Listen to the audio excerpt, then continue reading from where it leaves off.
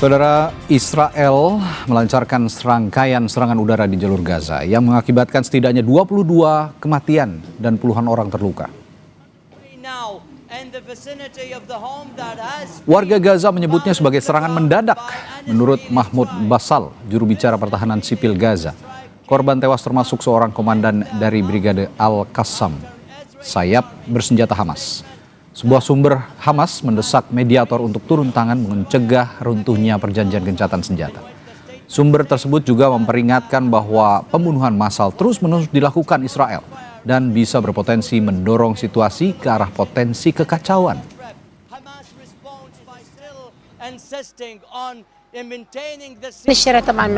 The street was full of women, children, and young people. Suddenly, the strike hit.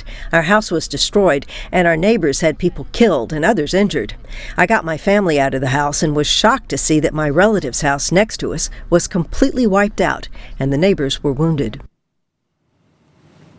Namun sebaliknya, saudara, Israel malah menuduh Hamas melanggar gencatan senjata terlebih dahulu. Netanyahu menekankan bahwa tentara Israel beroperasi secara independen dan negaranya telah mendapat lampu hijau dari Amerika Serikat untuk melanjutkan serangannya di Gaza. Hamas sendiri menepis tuduhan Israel dengan menyatakan bahwa apa yang terjadi hanyalah upaya Netanyahu untuk melanggar perjanjian. Gencatan senjata berlaku efektif sejak Oktober lalu, di mana gencatan senjata ini merupakan bagian dari perjanjian antara Hamas dan Israel di bawah rencana 20 poin Presiden AS Donald Trump. Rencana tersebut mencakup penghentian pertempuran segera.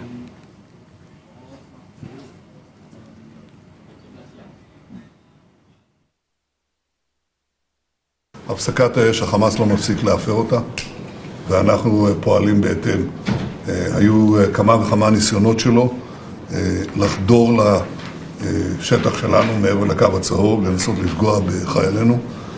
אנחנו סיכלנו את זה בעוצמה רבה, וגם הגבנו וגבינו מחיר כבד מאוד. זה הרבה מחבלים שחיסלו. Saudara, situasi di Gaza kembali memanas. Israel dan Hamas saling tuding telah melanggar kesepakatan gencatan senjata. Kedua pihak mengklaim diri tidak bersalah, sementara korban sipil kembali berada di tengah pusaran konflik tanpa perlindungan yang pasti. Pertanyaannya, apa sebenarnya yang terjadi di lapangan? Bagaimana dampaknya terhadap upaya kemanusiaan yang sudah sangat terbatas di Gaza? Malam ini kita akan membahasnya bersama dua narasumber, yakni Ketua Presidium Mercy Hadiki Habib yang selama ini aktif memantau situasi kemanusiaan di Gaza, dan juga hadir pengamat Timur Tengah Hasibullah Satrawi yang akan membantu kita juga memahami dinamika politik dan militernya. Selamat malam. Selamat malam, Mas Habib. Mas Hadiki, selamat malam juga. Assalamualaikum. Selamat malam. Waalaikumsalam. Baik, saya ke Mas Hadiki dulu. Dari laporan Mercy dan relawan yang saat ini juga memantau di perbatasan, baik di Jordan maupun langsung di Gaza, apa yang sebenarnya terjadi di Gaza saat kedua belah pihak saling tuding melanggar gencatan senjata? Ya, relawan Mercy Indonesia saat ini berada di Gaza, dan ketika terjadi serangan tersebut memang berada di daerah Gaza City, ya, Gaza Utara. Serangan ini memang dalam 1 minggu terakhir ini beberapa kali terjadi di daerah Gaza City, di wilayah Gaza Utara. Nah, ini memang berita simpang siur, tapi yang pasti kita perlu menjelaskan kepada masyarakat bahwa wilayah Gaza ini sekarang luasnya itu dikurangi karena pihak Israel itu menambah yang namanya buffer zone atau daerah penopang, di mana daerah buffer zone ini merangsek masuk ke dalam wilayah Gaza, gitu ya. Nah, buffer zone ini yang jaraknya itu ke dalam itu semakin bertambah. Mas Hadiki, mohon maaf, Mas Hadiki, saya potong sebentar. Kita kembali lanjutkan perbincangan malam hari ini soal memanasnya kembali konflik di jalur Gaza. Tadi saya sudah bertanya ke Mas Hadiki soal bagaimana kondisi yang terjadi saat ini di jalur Gaza, termasuk juga ada situasi saling tuding melanggar gencatan senjata. Tapi saya juga kembali bertanya lagi, Mercy melihat adanya perubahan signifikan dalam akses bantuan selama gencatan senjata ini atau tidak, kira-kira, Mas Hadiki? Ya, selama gencatan senjata yang signifikan itu adalah bombardirnya itu yang selama ini terus-menerus membabi buta itu berkurang sangat jauh. Berkurang sangat jauh ya, memang itu harus diakui ya. Setelah ada proses gencatan senjata ini berkurang sangat jauh. Baik, kalau begitu saya Iya, tidak berhenti ya. Oke, baik. Saya ke Mas Habib kalau begitu. Mas Habib, kalau Mas Hasib, sorry, saya salah nama jadinya nih. Mas Hasib, kalau memang kondisinya saling tuding begitu ya, saling bersalah, saling diklaim Israel yang bersalah, saling tuding juga katanya Hamas yang salah. Dari perspektif Anda, sebenarnya siapa yang paling bertanggung jawab? Karena kalau saling tuding begini kan yang jadi korban adalah rakyat Gaza sendiri begitu. Ya, sebenarnya dalam situasi seperti sekarang faktornya yang paling bertanggung jawab, yang paling menentukan adalah Amerika dan kekuatan negara-negara besar, terutama yang mendukung proposal Trump yang kemudian diadopsi dalam resolusi PBB pada tanggal 18 kemarin, di mana pokok-pokok pikirannya tentang perdamaian Gaza, tentang tentang bantuan kemanusiaan ke Gaza, tentang rekonstruksi Gaza, tentang masa depan Palestina, termasuk demilitarisasi Gaza itu diakui di dalam resolusi ini. Nah, oleh karena itu kalau saya melihat Mas dari beberapa minggu terakhir perkembangannya itu, yang pertama kita lihat dari resolusi ini justru memang resolusi ini menjadi kayak semacam peretas telur kekecewaan barangkali bagi Hamas dan bagi Israel. Cuman kita melihat Hamas yang jauh lebih terus terang di dalam menyampaikan ekspresinya, pandangannya, termasuk menolak beberapa poin di dalam resolusi ini karena dianggap gagal menyerap aspirasi rakyat Palestina. Nah, Israel itu tidak terlalu mentekstualkan kekecewaannya, tapi poinnya kurang lebih sama. Israel dan Hamas sama-sama kurang happy berkaitan dengan poin-poin yang ada dalam resolusi ini. Kenapa? Kalau dengan Hamas itu karena resolusi ini dengan jelas mengatakan bahwa Gaza akan disebut sebagai proses deradikalisasi. Bagian dari tugas pasukan perdamaian yang akan nanti bertugas di Gaza, yaitu adalah memastikan Gaza tidak lagi menjadi basis militerisasi ke depan yang mengancam Israel. Nah, bagi Israel kekecewaannya adalah karena resolusi ini juga masih memberikan harapan bagi kemerdekaan Palestina. Walaupun sebenarnya secara tekstual tidak begitu eksplisit bahwa ini akan langsung menuju kepada pembentukan Palestina merdeka. Cuman dinyatakan kalau situasinya kondusif maka ke depan termasuk kemerdekaan Palestina mungkin bisa dibicarakan. Tapi begini Mas Hasib, kalau bicara soal harapan, resolusi yang terjadi dari tahun ke tahun, dekade ke dekade sebenarnya kan pasang surut ya, muncul lalu tenggelam kembali. Tapi menurut Anda dalam historical konflik Palestina dan juga Israel, apakah saat ini yang paling memberikan harapan dibandingkan sebelumnya? Ya, sebenarnya kalau kita mau baca fair, masing-masing punya harapan ya.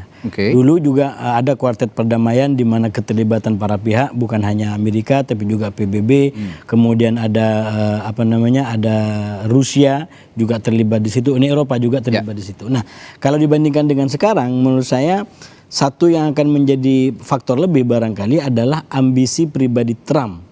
Yang sangat ingin mendapatkan Nobel perdamaian dari apa yang telah dia buat, dan itu kemudian nyambung dengan premis ataupun kebijakan-kebijakan pengantar yang telah dibuat, misalkan tentang Abraham Accord, perjanjian Abraham yang itu sekali lagi akan bisa mengubah wajah Timur Tengah. Nah, kalau dibaca dalam konteks semua itu, maka situasi sekarang cukup memberikan harapan untuk katakanlah Timur Tengah lebih besar, lebih makro, yaitu yang lebih damai tadi. Tapi memang syaratnya adalah menyelesaikan persoalan konflik sekarang secara lebih mikro, terutama di antara Israel dengan Hamas, yang saya bilang tadi masing-masing nggak happy sebenarnya gitu. Karena Hamas itu kalaupun dia mau menyerahkan senjata, itu bukan diserahkan kepada pasukan perdamaian. Dia ingin menyerahkan senjatanya kepada otoritas Palestina yang nanti telah terbentuk.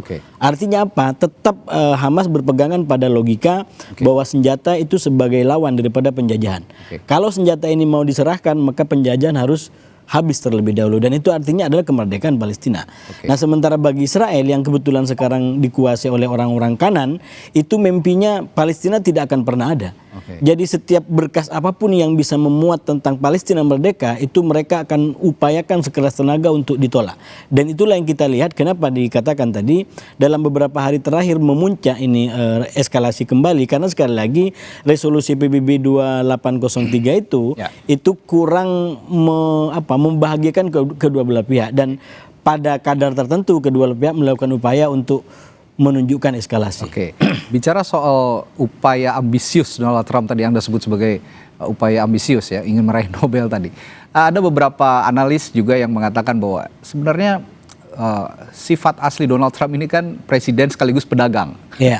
Dengan politik yang dimainkan di jalur Gaza saat ini, termasuk politik militernya. Apakah itu juga, nanti saya akan tanyakan kepada Anda, apakah itu juga berpengaruh untuk memberikan perdamaian yang lebih baik dibandingkan kondisi-kondisi sebelumnya? Nanti akan saya tanyakan itu, termasuk juga nanti ke Mas Hadiki setelah jeda.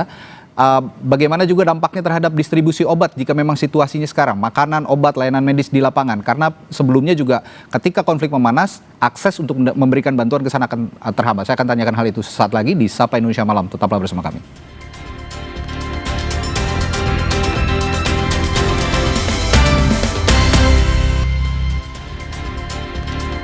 Sebelum kita lanjutkan perbincangan, kami sampaikan dulu berita dari Panglima TNI Jenderal Agus Subianto yang menyatakan Presiden Prabowo Subianto telah memberikan instruksi agar menyiapkan pasukan perdamaian untuk misi di bawah mandat PBB. Pasukan ini akan dipersiapkan untuk operasi kemanusiaan di wilayah konflik seperti di Gaza dan Palestina. Panglima TNI menjelaskan persiapan pasukan perdamaian saat ini telah memasuki tahap seleksi. Nantinya pasukan akan dipimpin Jenderal Bintang 3. Pasukan perdamaian yang dipersiapkan berjumlah 3 brigade yang terdiri Batalion Kesehatan, Batalion Konstruksi, Bantuan Mekanis, serta unsur udara termasuk helikopter dan pesawat C-130. Angkatan Laut juga menyiapkan 2 kapal rumah sakit untuk mendukung misi perdamaian dan kemanusiaan.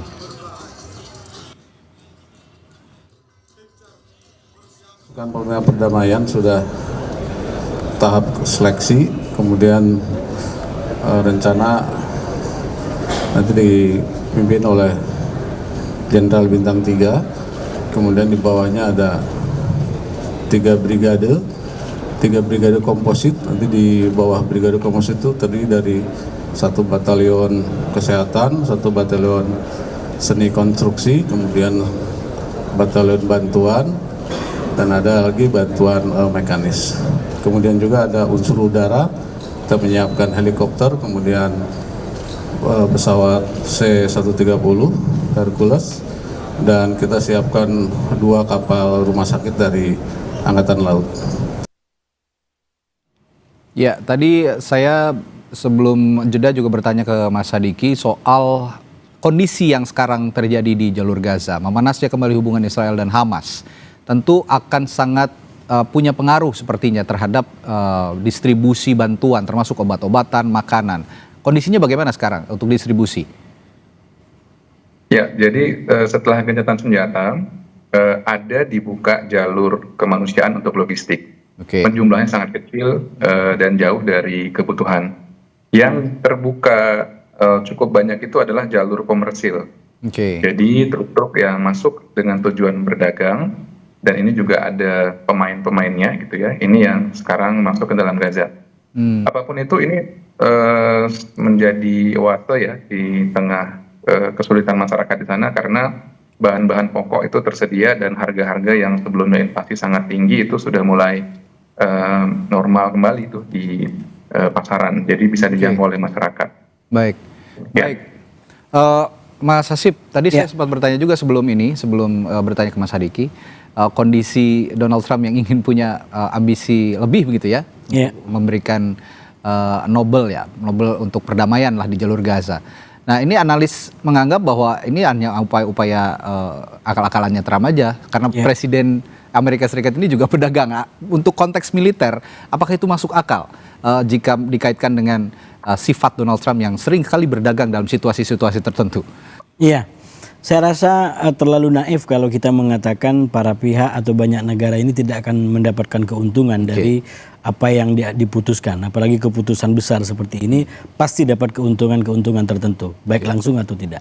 termasuk Donald Trump gitu. Baik. Nah oleh karena itu kalau saya melihatnya dua Mas dari perkembangan ini. Yang pertama kemungkinan pengiriman pasukan seperti disampaikan tadi itu akan tetap terjadi, mengingat karakternya ini dari awal kan sebenarnya sama di antara Hamas, Israel dan Trump.